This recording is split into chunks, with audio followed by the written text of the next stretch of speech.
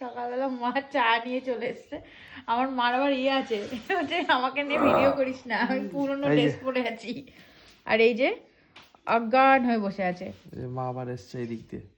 ওই যে চা, এই যে সেই ছোটবেলার থেকে দেখছি একই চা দৌড়। ফেলে দে চাটা, ফেলে দে, খেতে হবে না। এখানে এমনি এমনি কি আসে, আসতে ভালো লাগে, শান্তি। আমি বসে আছি, উঠে মা চা দিল। এখন একটু পরে ব্রেকফাস্ট পাবো। সকালবেলা আজকে কি করবা খাবারে? কালকে ময়দাটা আছে? হ্যাঁ অনেকটা আছে। তাহলে কি হবে, লুচি হবে নাকি? সবার হয়ে যাবে লুচি? সবার না হোক, ভাত করে নেবো, তরকারি রয়েছে না, ভাতটা ওগুলো বাইরে রেখে চুমো, ভালো কথা।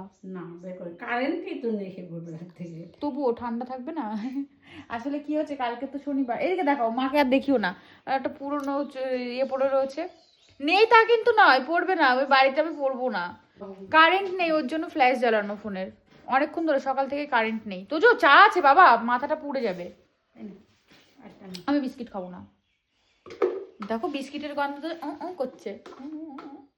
তোর জন্য মেরি কুত্তা বিস্কুট। মেরি বিস্কুট মিষ্টি কম তো, ওইটাই ভালো। বিছনায় শুয়ে শুয়ে খাচ্ছিস, ওর ব্রাশ কর।